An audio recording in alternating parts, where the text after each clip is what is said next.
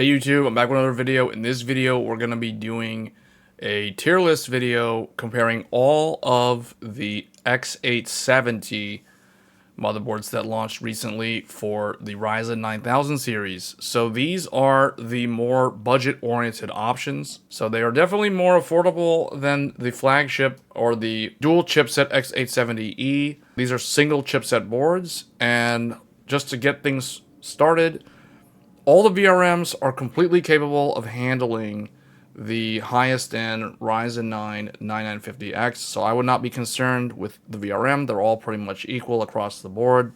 There may be some slight differences in how they are cooled, but they'll all be able to handle overclocking and things like that, so I wouldn't be concerned with the VRM. Really what it's going to boil down to is, obviously there's the price point, how many features you get for the money, and that is how we evaluate these boards in terms of the value, in terms of how they compare to each other, quality, that sort of thing. So, number one, let's start off with ASUS. So the ASUS X870-A ROG Strix Gaming Wi-Fi. So this one is going to be a B tier board. It's the most expensive motherboard. It is $370. In this segment, if you're going to charge more than $300, you're going to have to bring a lot of stuff to the table. And number one, there's no postcode debug. So there's no 7-segment display on this $370 board. It does have 4 M.2 drives. The GPU shares lanes with the second M.2 slot.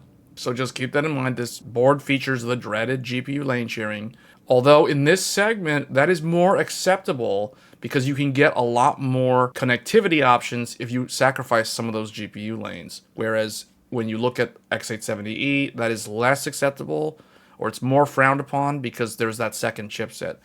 So, but this is a single chipset. It does do some lane sharing with the GPU. It does have an X4 slot from the chipset, which shares lanes with the third M.2. It has 2.5 gig LAN, which I find hilarious that this is almost $400 and it only has 2.5 gig LAN. And on top of that, this board has the 160 megahertz Wi-Fi 7, which is known as the lower end Wi-Fi 7. It is not the better 320 megahertz Wi-Fi 7. It has a decent amount of USB-A and an extra USB-C. All these boards have USB 4. They're all equal in that regard, but the Wi-Fi 7s are going to be different depending on the board. It has an easy way to remove the GPU. ASUS is doing this for their ROG motherboards. Good amount of USB, 10 gig, DisplayPort and HDMI on the back, and that's basically it. So it's like, yeah, it's expensive and it lacks things that it should have at that price point.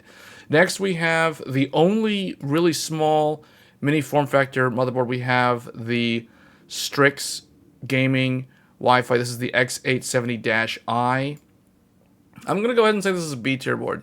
It is $300 plus. I don't know the exact price on it, but I know it's $300 plus. So it's expensive. And it has no postcode. And it's like, yeah, it's small. Maybe they had a hard time fitting it on there. However, the thing that really hurts this and prevents it from being an A tier is the fact that instead of trying to either use the DIM.2 that they use on some of their higher end boards to get an extra M.2 slot, they didn't use it on here, so they're basically wasting 4 PCI Gen 4 lanes that they could have used to provide another M.2 drive.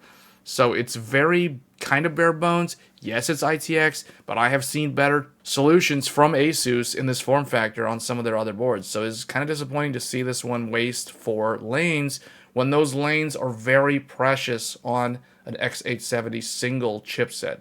On the bright side, it includes a backplate. In fact, this is the only X870 motherboard in this segment that includes a backplate. Although it's such a small motherboard, so it's going to be a small backplate, but it has one nonetheless. It has the better 320 megahertz Wi-Fi 7. I guess ASUS felt like, since it's small form factor, the likelihood of the user wanting Wi-Fi 7 and actually using it on a daily basis makes more sense. So it's nice that they put the better Wi-Fi 7 on here.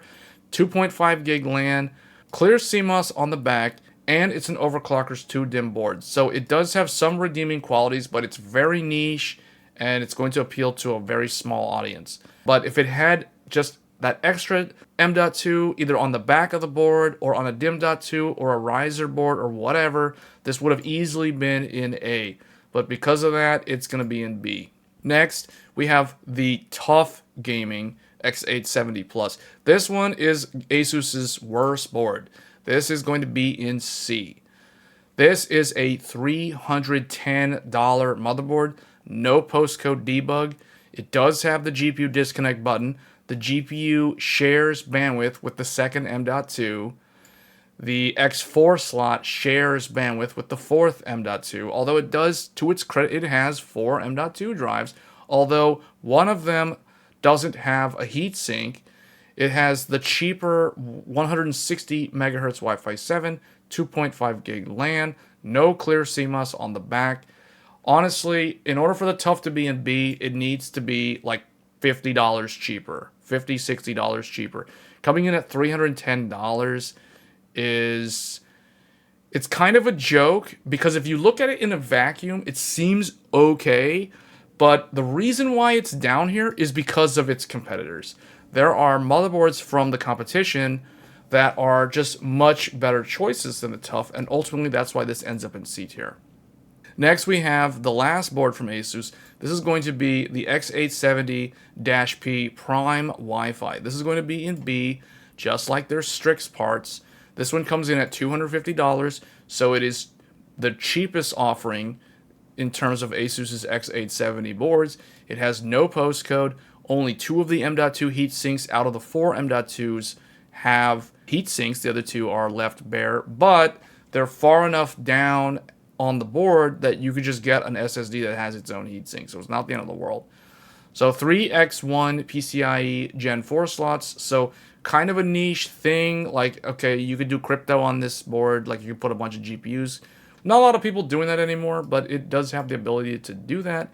2 of the X1 slots share bandwidth with the third M.2, so they will be disabled when using that SSD slot. The fourth M.2 shares bandwidth with 2 of the SATA ports. So if either of those 2 SATA ports, and there are 4 SATA ports, if those 2 specific ones, either one of them are in use, the fourth M.2 gets disabled. 2.5 gig LAN and 160 megahertz Wi-Fi 7, so it's got the cheaper Wi-Fi 7, no clear CMOS on the back. It does have a little bit of flexibility with those X1 slots, making it kind of a unique board in this segment. But ultimately it's going to end up in B. So $250. Next we have ASRock. Let's go through ASRock because they're pretty straightforward. So ASRock at $210, they have the Pro RS. This is the cheapest X870 motherboard, coming in at $210. It has an X4 slot from the chipset that shares lanes with the second M.2. So that ends up being disabled if the M.2 is occupied. The third M.2 shares bandwidth with 2 of the 4 SATA ports. No postcode debug, just like on the Prime. No clear CMOS, just like on the Prime. 160 megahertz Wi-Fi 7, 2.5 gig LAN. No GPU lane sharing. No GPU disconnect latch. Good amount of USB. Downgrades some Gen 4 lanes to Gen 3 to cut costs. But that's the reason why it's coming in at $210. So ultimately, it's equal to the Prime, but the Prime is more expensive and it doesn't really offer too much more than the Pro RS. So it's, it's kind of a wash there. Next, we have the Steel Legend. Steel Legend is also going to be in B tier. This is coming in at $260. It has no postcode debug. The GPU is always X16 though, so there's no lane sharing. The third M.2 disables the X4 Gen 4 slot when occupied. No RAID support on any of the SATA ports because all the SATA ports are running off of ASM 1061 splitters. That way they can get more connectivity to the higher end stuff like NVMe. It has 2.5 gig LAN, 160 megahertz Wi-Fi 7, no clear CMOS on the rear, good amount of USB. So ultimately it's got slightly better connectivity than like a Prime, but they're so close in terms of the price that it's kind of a wash. The difference is going to be that the Steel Legend has more RGB than the Prime. And then finally we come to the Riptide. The Riptide from ASRock is also going to be in B tier. And the only reason why this is in B tier is because it is more expensive than the Steel Legend. This is $20 more than the Steel Legend, coming in at $280. It is exactly the same as the Steel Legend, but it has a different styling. So you're paying effectively $20 more for more RGB and a different look. So that's basically ASRock. All three of ASRock's boards are average in this segment, in the X870 segment. Next we have MSI. So MSI only has two boards. However, these two boards are some of the best ones. So you definitely want to look out for them. So starting off with the X870 MAG. So this is MSI Arsenal Gaming Tomahawk Wi-Fi 7. This is without a doubt the S tier board. This is the best choice in the X870 lineup. It comes in at $300, but it includes the postcode on a sub $350 board. So unlike ASUS, which charges more, like $70 more for the Strix with no postcode, this thing has all the diagnostics. Also, unlike ASUS, for some reason, in their infinite wisdom, thought it was a good idea to remove the case speaker header from their motherboards. I don't know exactly when they did this, but you can't use the little speaker that comes with your computer case, so you can't listen for the beeps, so you have no auditory diagnostic tool on the ASUS motherboards.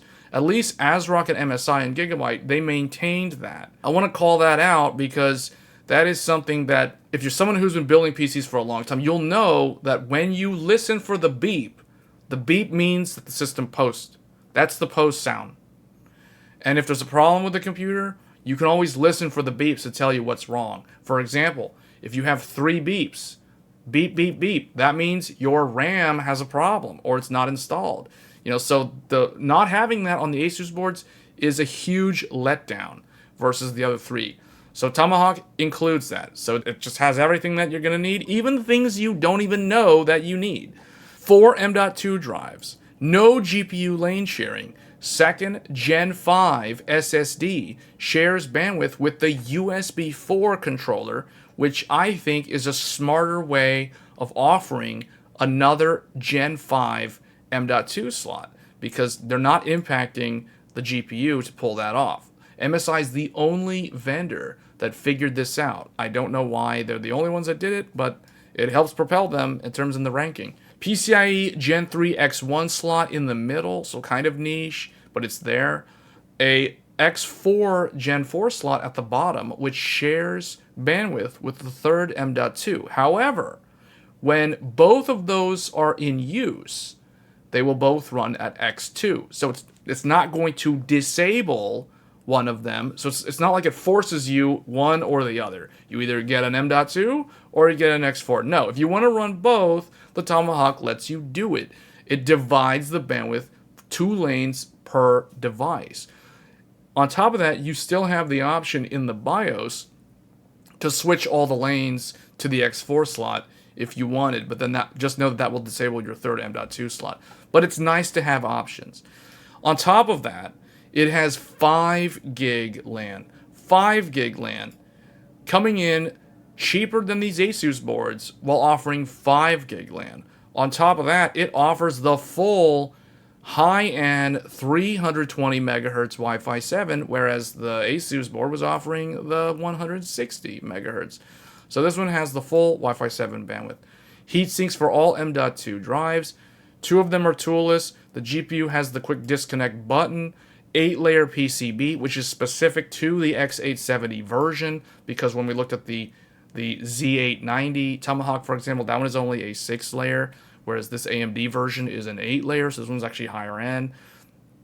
Clear CMOS on the back. Lots of USB, including an extra 10 gig Type-C. ASM 1061 is used to split 1 lane of PCIe across all 4 SATA drives. What that means is that you cannot do RAID on any of the SATA ports on the Tomahawk, but you can still use RAID on the NVMe drives.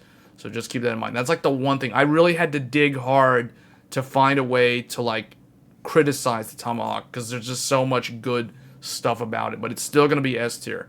So next we have the MSI X870-P Pro Wi-Fi. This one's going to be an A tier. So this one's very similar to the Tomahawk, except it's coming in $60 cheaper at $240. No postcode debug. 5 gig LAN, and 320 megahertz Wi-Fi 7. So it has that redeeming quality right off the bat. It has a clear CMOS button on the back. 3 M.2 drives, 2 Gen 3 X1 slots, 1 Gen 4 X4 slot that shares bandwidth with the third M.2. And like the Tomahawk, if you're using both, it splits the bandwidth across both devices. So decent board for the price. Only one SSD heatsink that is toolless, however, and it has the raised GPU lever instead of the GPU button, although it's still useful to do that. It's still good that they give you that versus like nothing, like the Prime and these ASRock boards, they literally have nothing. It's like old school reach in there to get that GPU clip from underneath that knock to a D15. Good luck with that. So at least this one has the raised one. Second and third M.2 are far from the GPU, so even though they don't have heat sinks, you can just get SSDs that include their own heat sinks. At this price point, that's overlooked. So definitely a solid A tier. So MSI is doing pretty good, if you can tell, with these offerings. Lastly, we have Gigabyte. So Gigabyte with the X870 Eagle, this is going to be in C. This is a $230 board, so it is a relatively low-cost board at $230, although the ASRock Pro RS is still $20 cheaper, and it's offering more M.2 heatsink capability, and it's just better usefulness out of the chipset. If we look at this, no postcode. It does include the GPU disconnect button, though. It does have that, but it only has one SSD heatsink, and it puts that SSD, that's a Gen 5 slot, under the GPU, so not only is it going to be insanely hard to cool the SSD with an inadequate heatsink, it's under the GPU. So it's getting all that hot air from the GPU. So not very good, not very useful. Then it has 2 more M.2 slots that do not have heatsinks at all. It has 2 X1 Gen 3 PCIe slots at the bottom, so kind of niche, kind of like on the Prime, for example. The second M.2 runs at half bandwidth, so it's 2 lanes. The third M.2 shares bandwidth with the second, so both run at X2 when the second M.2 is occupied. 2.5 gig LAN, 160 megahertz Wi-Fi 7. So it's got the cheap Wi-Fi 7, no clear CMOS on the back. It does have a line in instead of optical audio, which could be more useful for content creators versus the typical SPDIF. Next we have the Gaming X. The Gaming X is basically identical to the Eagle, with the one difference being that it has heat sinks for all the M.2s. So it's $250, so you're paying $20 more for heat sinks for the other 2 M.2s. That's essentially what it is. Still no postcode, no clear CMOS on the back, same Wi-Fi 7, 160 megahertz, same 2.5 gig LAN. The second M.2 gets disabled when the third one is occupied. I don't understand why that's different from the Eagle's behavior. In some scenarios, I kind of want to put this down here. It's like, okay, the Eagle doesn't have heat sinks for all the M.2s, this one does, so it's like, that's kind of like the reason why this goes up here. But you're paying $20 for that extra heatsink, so it's like, it's kind of a wash. Lastly, we have the X870 Aorus Elite Wi-Fi 7. This one is going to be in A tier. So this is Gigabyte's redeeming board out of the pack. So they had 3 boards, 2 of them were in C, this one's going to be in A. One of them was questionably D, though. But yeah, this one's going to be in A. This is a solid choice coming in at $290. This is a sub $300 board. It includes the postcode debug. It has all the diagnostic things that you'll need. GPU disconnect button. Good heat sinks, especially the one for the Gen 5 SSD, unlike these other ones. 4 M.2 drives. 2 of them share lanes with the GPU, so the motherboard can offer 3 Gen 5 SSDs at a sub $300 price point. So I'm willing to overlook the GPU lane sharing because this motherboard is coming in at $290. That actually helps it in this segment, whereas in X870E, that kind of hurts it. The 4th M.2 shares lanes with the X4 slot that this board has, so just keep that in mind. There is also an X2 Gen 3 slot at the bottom, which is perfect for adding 10 gig LAN. 2.5 gig LAN is standard on this one. 160 megahertz Wi-Fi 7. So yeah, it has the cheaper Wi-Fi 7. I really wish it had the 320 megahertz. I don't know what it is with Gigabyte cheaping out on the Wi-Fi. It has loads of USB Type A to kind of make up for that, and most people that are going to probably use this are probably going to be using the RJ45 anyway. No clear CMOS on the back, but again, it is sub $300 coming in at $290. So that's going to be it for the X870 tier list. So let me know your thoughts in the comments below, and if you're thinking of building a new PC soon and you have questions on a particular motherboard or whatever, leave a comment below and I'll try to answer it when I can. And we do live streams every Thursday, so if you're new to this channel, do get subscribed if you want to tune into those and hit that bell icon to get notified when I go live, because I will do live stream builds as well, featuring lots of different types of motherboards and CPUs. So that being said, I'm going to go ahead and get out of here, guys. Thank you all for watching, and I will see you guys in the next one. Thanks.